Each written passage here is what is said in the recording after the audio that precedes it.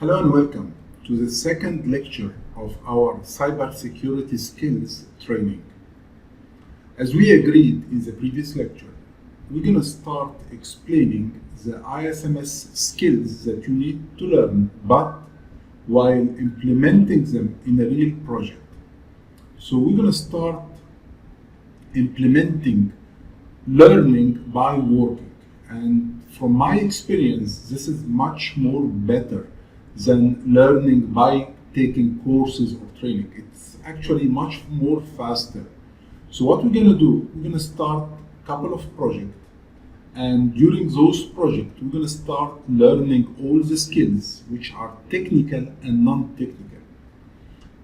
So if you spend effort trying to understand and do search and try to understand what you are doing, I can guarantee that by the end of this lectures, you will have the basic foundation of cybersecurity. You will learn exactly the main implementation of some of the major cybersecurity projects, but from a realistic perspective, because you're going to be doing the different milestones of cybersecurity project implementation. And I selected two projects that is quite common, and it's always in any job description related to cybersecurity job description. You will always find some requirement related to those projects.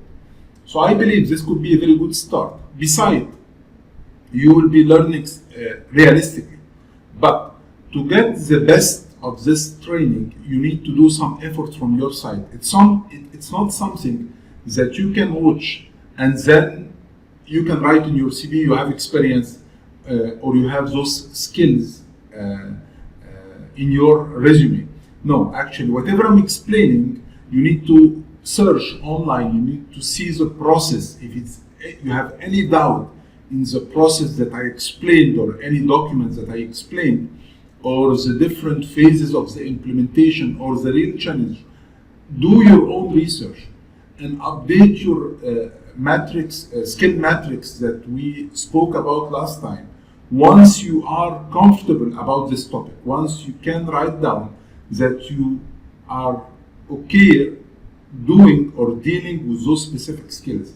So skills like risk management, policy and procedures framework, technical security controls, auditing, all those skills will be learned during our project. The project, it's a better way for teaching cybersecurity, because actually this is what business is looking for. They are looking for people who know exactly the implementation of the project, especially project related to standard compliance regulations. This is the real demand in the market. This is the skills that some technical people are not aware of, and accordingly, whenever they apply, they are not getting selected. Because I already explained that in the previous lecture, and I don't want to repeat it again, but it's not the topic of understanding how to set up a password or how to configure the encryption. This is not the real skills. If you watch few YouTube videos, you'll be able to do that. So this is not actually what the company are looking for. They are looking for people who know how to implement some standard, some compliance regulation. Those standards include inside technical and not technical control. It will include the antivirus implementation, the backup implementation, the risk assessment, the incident management, and this is what we're going to explain. So hopefully by the end of this sessions or those lectures, you will get some real experience, and it will help you to start searching and enhancing your skills, but in a realistic way. So let's take it step by step, and let's see how we're gonna start learning realistically and not just theoretically or academically. So the two projects that I saw to work or to start with, and we're going to be working with them in parallel because there is a lot of common requirement in those two projects, are the ISO27001 implementation and the PCI DSS compliance standard implementation. So we will have a simulation. We're going to have a company And I'm going to explain to you right now the company structure and everything. And this company are searching for candidates who know how to implement the proper control. So they will get the ISO 27001 standard, and they will also get the, they will comply with the PCI DSS standard. Keeping in mind, they want someone who have experience with those two standards, so he will not have to repeat the work, because actually there is a lot of similarity between the ISO 27001 and PCI DSS. So when you implement access control is needed here and there. When you implemented policy and procedures, it's needed here and there. So I thought this would be a very good practice if you learn how to implement both of them, or implement one of them and map it to the second one. So I can implement the ISO 27001 because it's more generic, and then I can start implementing the PCI DSS, and during that I'm going to find a lot of controls is already implemented. I need just to map it between the different controls. So our project, we are hired to implement ISO 27001 and PCI DSS in an organization. We're going to need to implement all the control from those two standards, keeping in mind that we're going to do that realistically. So we need to practice on a real company. So let's start by understanding the company requirement. And this is usually the first steps that we are doing in such a project. It's not that you're going to start doing documentation. No, you need to understand this company, their structure, what business they are doing, what is the critical information they have, where are those information stored, and accordingly start doing a gap analysis, and then start doing the different project implementation. We're going to explain that step by step, same way we are doing it in a real environment. So let's start by understanding the company. The company that we are providing the project for is the company XYZ. It's a export and import company. This company deal with exporting and importing different kind of items, whatever business they are doing. So they have a local market and they have an international market. They used to export things like, for instance, medical equipment, masks, sanitizer, different kind of equipment, medical equipment, and they are also dealing with the local market, because whatever they are exporting, they are promoting or they are selling that to the local entity inside the country. So company is XYZ. What activities they are doing? They are importing and exporting different kind of equipment, medical equipment or medical facilities, or I don't know how to, what should I call it, medical resources. And they have a local market and they have an external market outside the country as well. This is as a business, okay? Now about the company structure. The company has different departments. They have a board of management. They have different departments like sales, accounting, HR, IT department. So it's very, very important to understand that, because when you're going to do especially the ISO, you need to identify the scope. This ISO will be only for one department or for all the organization. And the control that you're going to implement should be implemented in all departments. I should not just implement controls on ISO 27001 and on IT department, and that's it. So I will get the certificate written on it. This is the ISO 27001 has been accredited or awarded to the IT department. No, I need to have all my department following the same standard, having same controls, and accordingly the certification will come for company XYZ and not for a specific department. So this is a brief hierarchy about this company, and they hire us to implement the ISO 27001 and PCI DSS. Now, before showing you some of the control here and there, and then we're going to take control by control and explain how it should be implemented, and explain the documents that we are using, let's first talk about the two standards that the company is hiring someone to implement. Because as I told you, if you know the need of the business or the company, you will definitely be hired. But if you go for an interview or go for a project and you don't know exactly what is the need that they are looking for, you are just took that from job descriptions. They need someone who are good in ISMS, are good in BCP or whatever, and you went there and you start defining those processes, you will not get hired. You need to understand why they are looking for that. They are looking for that because they need to implement some standards. They need to comply with some regulation. If they don't comply, they will have a legal problem. We already explained that in the previous lecture.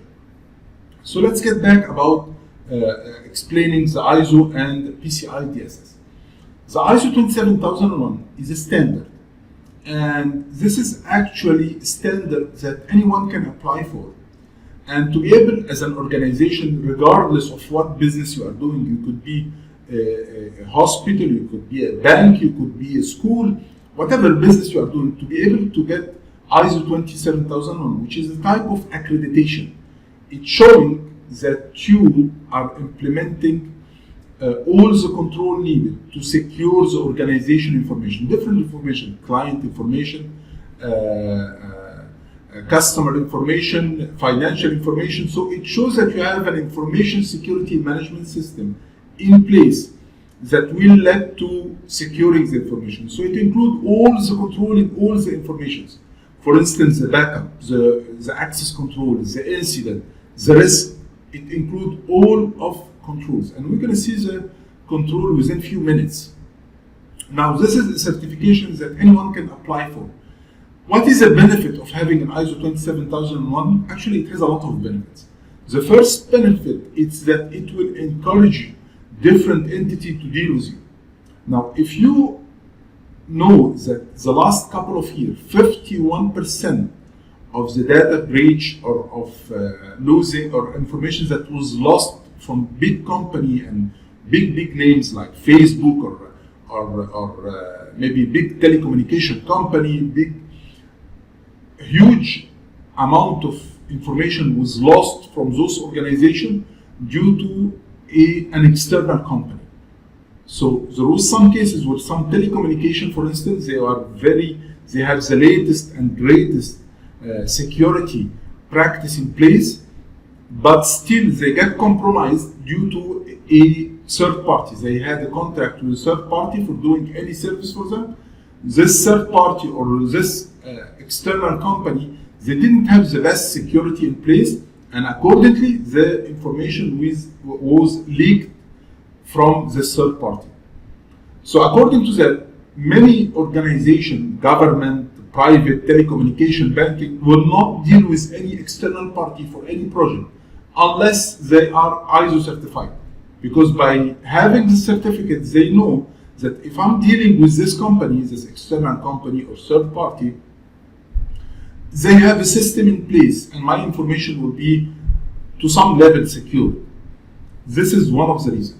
Second reason, and this is the most common one, is that ISO it's actually similar to a lot of other cybersecurity standards like PCI DSS or like HIPAA, or some control are similar to GDPR. So by implementing ISO, then if you're going to implement another government requirement, information security government requirement or compliance or regulation, you will find a lot of common control. So you will not need to redo those controls. It's already in place because you have ISO 27001. And realistically, this is what we are facing, or this is what we are seeing in real business. When we go to do a project for ISO 27001, it's always because this company need to get a PCI DSS or HIPAA, and they want to implement ISO because the control here, most of the control will be there, and accordingly you will be having two different certificates. You will be having ISO 27001 and you will be complying with another standard or compliance. And it will make a lot of sense once we start doing the first implementation and then map the control with the second implementation. And let me show you a small practice Actually, let's keep that after a while. I will show you the mapping between the control. The second one is the PCI DSS, which stands for Payment Card Industry Security Standard, something like that. So this is a standard from all the company that issue credit or debit card, like Visa, MasterCard, American Express. Those entity, they have a standard that if you need to use or if you want to accept payment through credit or debit card in your organization, in company XYZ, you have to implement PCI DSS. So this is quite important, because if you don't implement that, Visa and Master and American Express and all other debit and credit card company will not allow to accept payment in your company using their card. So you need to implement that in place. Now PCI DSS is a little bit tricky because it's a standard, but it has the consequences. Let me explain. ISO 27001, you're gonna implement controls. You're gonna request for external audit from a certification body. They will come, audit, make sure all control in place, and then they will issue a certificate for you. This is how it works. And then every 3 years, of course you have to do audit every 1 year, surveillance audit, but every 3 years, you're gonna have to invite those people one more time, certification body, to do an audit for renewing certificate. It's not a lifetime certificate. So according to that, if you start implementing them in a right way, but you didn't maintain them, and those people came after 3 years for audit, and they find that you are missing some of the major control or some major non-conformity are there, they may suspend the certificate, and you will not be no longer certified as an ISO 27001 as an organization. So, but you will not have any financial penalty. It's only the cost on the certifications and the audit, external audit, and the control will be lost, but no financial audit. PCI DSS is different. It's really a standard, but it has a financial penalty related to some of the other government compliance. So if you don't have that in place, you will have a lot of consequences. Number one, Visa and Master and all those companies that issue credit card and the debit card will not allow you to accept payment through the payment gateway. Number two, you may have some financial penalty if you are following GDPR or if you are following some other standard. So you have to be very careful implementing that. Now, one more time, does it mean that I'm going to implement all the control in ISO 27001, which is 114 control, and then implement all the control in PCI DSS, which I think they have around 12 control objective, and they have a lot of sub-control, which you're going to explain? No, it's not working like that. We're going to implement one of them and map it with the other control. And let me show you something that may clarify for you the point. If you go to Google and search for ISO 27001 and PCI DSS mapping, okay, you can easily find different documents that will show you the mapping between the ISO 27001 and the PCI DSS with each control number. So just let's give it a few seconds and then, yeah.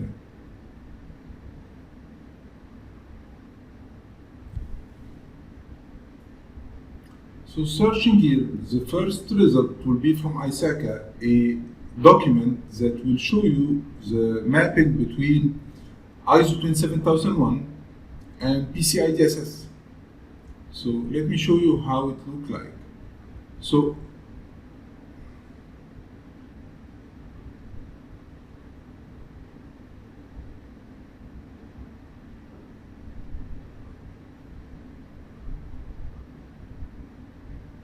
here you go. So as you can see, those are the control, or some of the control, not all of them, from ISO, similar to each control in PCI DSS. So my point is, you will be doing two different implementations in the same time. Then you have to complete whatever is missing from here or whatever is missing from here. You can start with any one of them and then map it to the other, but it's always better to start with ISO 27001 because it's more generic. and most probably you will find similar control to other standards. So this is how it's going to work. Now let's move to the ISO control. Let's have an idea about them so you will understand what exactly we will be doing, and we're going to do that, or we're going to explain that step by step, realistically, and see what information do we need from any business, how to collect them, and so on. Now let's have an idea about the controls that will be implemented from ISO 27001, and then we're going to see the implementation step by step realistically in this company XYZ. So this is a list of all controls. In ISO 27001, we have two different parts. We have the clauses and we have the Annex A that include all the controls.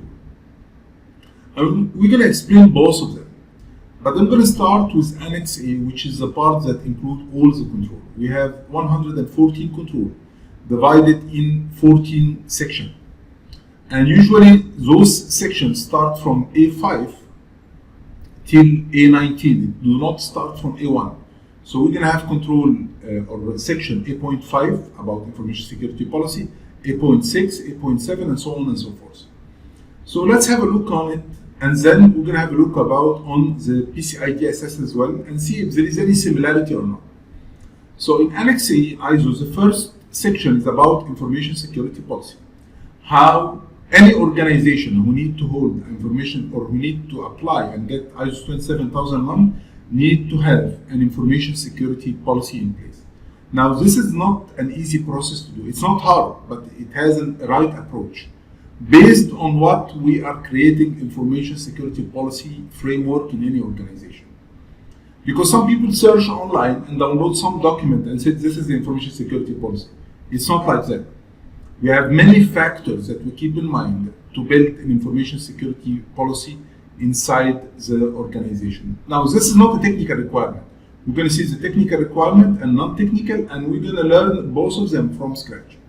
So we're going to learn how to conduct or how to create an information security policy inside the organization based on the compliance, based on the risks. There is a lot of factors. We're going to take a lot of examples and do it realistically. Second section is about organization of information security, which is more related to the commitment of the management of this organization and the role and responsibility of the different people involved in the cybersecurity or information security in this organization. Their job description, to whom they are reporting. You need to show some real evidence that management is committed to secure the organization information, minutes of meeting. You're going to see that realistically how it's done, because some people see it very vague, but it's not. Actually, it's easy to implement. Number 7 is the human resources, and this is quite confusing. Some people will think human resources has nothing to do with security. As I told you, security, information security or cyber security is not just the technical part, right? You are securing the information, all type of information, people, computers, process, services, information, database. People is also information asset. And you need to make sure that you are hiring the right people. Because if you hire someone who had like a bad background or maybe he had some credit issue, and then you hire him in a sensitive position where he have access to finance and have access. So it's also a part of securing the information. So there is a process for HR whenever they hire people. There is a process need to be followed. Whenever people is working, it has to be monitored, and they have to sign NDA. When people resign, there is a process to be followed. So this is proof that security is not only technical, and this is always the gap. Technical people miss that. They think it's only technical controls, firewall, antivirus. It's not like that. And you're going to see that the technicality in this process is not that big. Maybe 30% of the control will be technical. Then number 8 will be about asset management. Actually, this is the most important section in the ISO. You need to learn how to manage the information asset. I'm not talking about assets like shares and table. I'm talking about all kind of assets, information assets, database, files, servers, computer, routers, people, process. This is very, very important. If you have the skills to manage the information assets, this is actually the core of the cybersecurity or information security. And getting back to my previous lecture, I told you that the three things that you need to learn to be or to work in this field is compliance management, asset management, risk management. Whatever you're going to implement then later will be related to those. Those are the foundation. Then we have controls related to access control, quite important. Access control, logical and physical. What is access control? Based on what? Some people think access control is to put password on a computer. It's not like that. It has different phases and different responsibility. So we are talking about the authentication, authorization, auditing or accounting, identification. Everything needs to be documented and everything needs to have a process. So we're going to learn how to create that from scratch, access control, and how to relate that to the technical part of it. Then moving to number 10, cryptography. This is in some organization will be applicable, in some will not. By the way, ISO, not all control are applicable. Maybe 90% are applicable to all kinds of business, but some controls will be applicable to only specific entity. So cryptography is one of the things that you need to be aware of why you are using it. Some people think this is a complicated topic. It's not.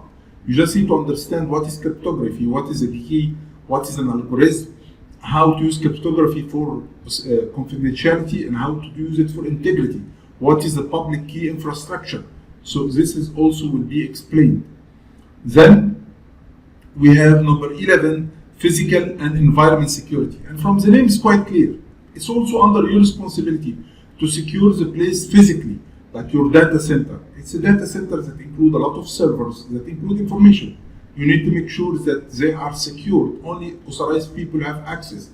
Only the right environment, temperature, humidity. This is also under your responsibility. I don't want you to worry because of the large amount of control. It's quite doable, and it's one-time effort. If you learn them in one project, as we're going to do, then that's it. You will really understand the concept, and you will be able to relate controls. Because the control, if you're going to see what is written in the standard, it's just one line. So you have the responsibility to translate this line to something, to a doable task. How can I do that? How can I do segregation of your duties? How can I do managing the information asset management? So we will learn that. We will learn how to translate the control to real asset. Then we have the operational security. This actually includes a lot of technical requirements like antivirus, backup, vulnerability assessment, event management. So we will have a lot of discussion about that. And we're going to try to explain the technical part of it, but in an easy way. So whatever technical background you have, you can still follow up. And whatever you have missing, I will show you how to enhance this technical skills, or what do you need to have, or watch, or what training you need to take to be able to fulfill this requirement.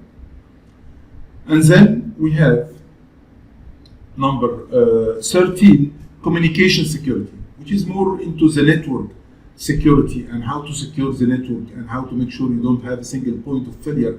You have a diagram for your network. It's mapped. You have different security layers like firewall, like IPS. We're going to explain. Also, it's a technical requirement, but you don't have to worry. It's doable and it's easy to catch easily. There is a lot of resources that you can follow, and it will help you to understand, and understand most important, to implement the control. And then we have the system acquisition and development. Some of those controls may be applicable to some organization, and some of those controls may not, because some control related to software development. So if you have in your place or in your organization, for instance, developers you have programmers and developers who is doing application for your organization, website, mobile app, they have to follow that. But if your company used to buy those products from other company, some of those control will not be applicable. Then we have some control related to the supplier relationship. If your organization is dealing with supplier or third party, and keeping in mind what I mentioned at the beginning of the lecture, that most of the breach that happened the last couple of years came from a supplier. So you need to understand the proper way to communicate with supplier, the NDAs that they need to sign, how to do a third-party risk assessment to make sure that this company that you're going to deal with and they will have access to your information, business information, customer information, are secure. I'm just giving you a brief now, and then we're going to start taking part by part and explain it. Information security incident, very, very important. In any standard, you will find that you should have an information security management in place. Because how are you dealing with security incident? If some data get lost, because some people think about incident only hacked. If I get hacked, how I'm gonna act? It's not like that. Anything that affects the confidentiality, availability, or integrity of the information. So, for instance, your computer crashed. Problem happened for no reason. The machine crashed. Okay, what happened to the information? I'm talking about the organization information. Do you have a backup for this information? What happened is the information has been lost. Okay, so how can you record this incident to make sure that it will not happen again in the future? You cannot prevent computer from getting crashed, but you can take some action. So if the computer crashed, because it happened to you before and it was recorded as an incident and you have a proper incident management process in place, so definitely you will be able to prevent that from happening in the future. Then we have information security business continuity planning, which is today, after this pandemic, it's a must. Only organization who had a business continuity planning who was able to survive after this pandemic. Some company didn't have a business continuity planning in place, and accordingly, when pandemic happened and company closed and people were working from home, if you didn't have business continuity planning and you have everything planned, how are we taking the business to be worked somewhere else? Maybe from home, from a different side. What if any disaster happened, minor or major? Can I maintain my business running? This is what we're going to explain in this part. Very, very important and very important important skills to have, especially those days. How to implement a successful disaster recovery and business continuity plan in place.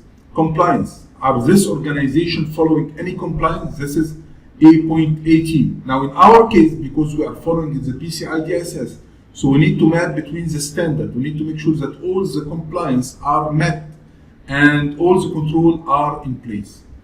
So this is actually a brief about the ISO27001. Some of those controls are administrative security, like policy procedures. Some of other control are technical control. And the good thing is that you don't need to implement the technical control yourself. You need to make sure that the right control, technical control I'm talking, are implemented by the right people. This is your responsibility. So when we are talking about network security, you are not the one who will be going to the network team and do this network security setting yourself, like configuring the firewalls, the VPN connections. No, you are just making sure that you have what needs to be in place, written, and you go to the network team and tell them, show me, you have this control in place, show me. So you need to have the foundation, but the implementation is not your role. And this is the good things about the projects that you're going to learn. You will know exactly your responsibility. So when you set for an interview, you're going to know exactly what do you need to explain and how it will be explained. And then when you start working, you know quite clear about the role and responsibility for different people. I'm sorry about the length of this lecture, but let's also have a look about the PCI DSS to compare between them, and just to let you feel comfortable that there is a lot of common requirement, and accordingly, if you implement one, the second one, most of the control will be implemented. So let's open the PCI DSS and have a look on it in a very high level, just to see before we start the implementation, is it easy to understand, or is it hard, or is it different than what we spoke about so far? So let me open the standard and let's see how it look like. So this is not the standard actually, this is a guidelines, but it will give you a good idea about what we are talking about. Let me just zoom in a little bit so we'll see what we are talking about. So we have, okay. So the document is not big, as you can see, 32 pages. Even ISO is around maybe 33 or 38 pages. Those standards are not big actually, they are small, and they have very high level explanation. You have to understand how it will be implemented in the first place.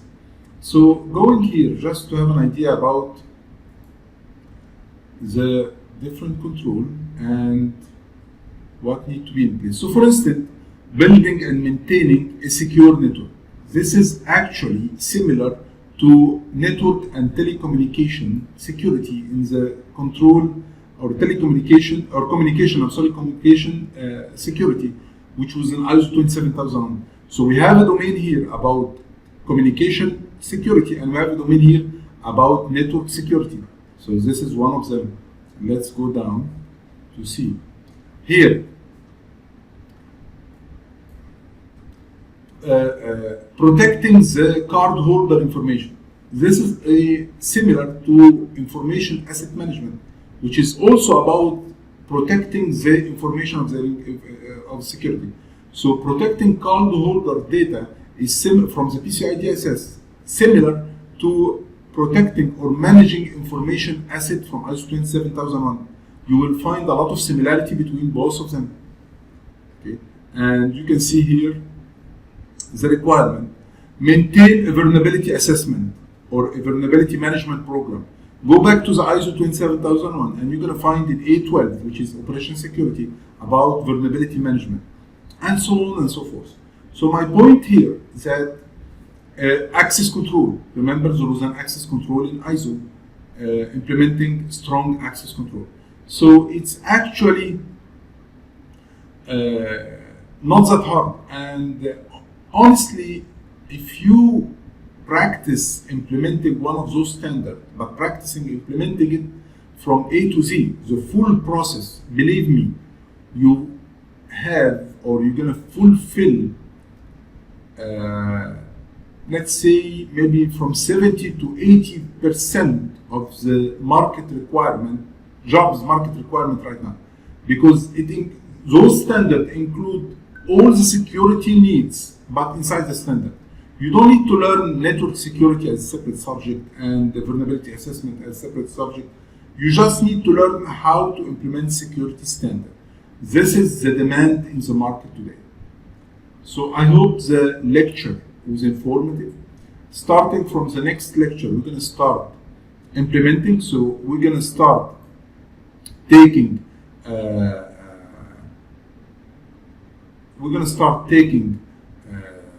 section by section and see how it will get implemented realistically. And we are talking about a case study, which is the company XYZ. So it will be quite easy to imagine what needs to be done, what is the challenge, how it should be done, and it can also raise any question.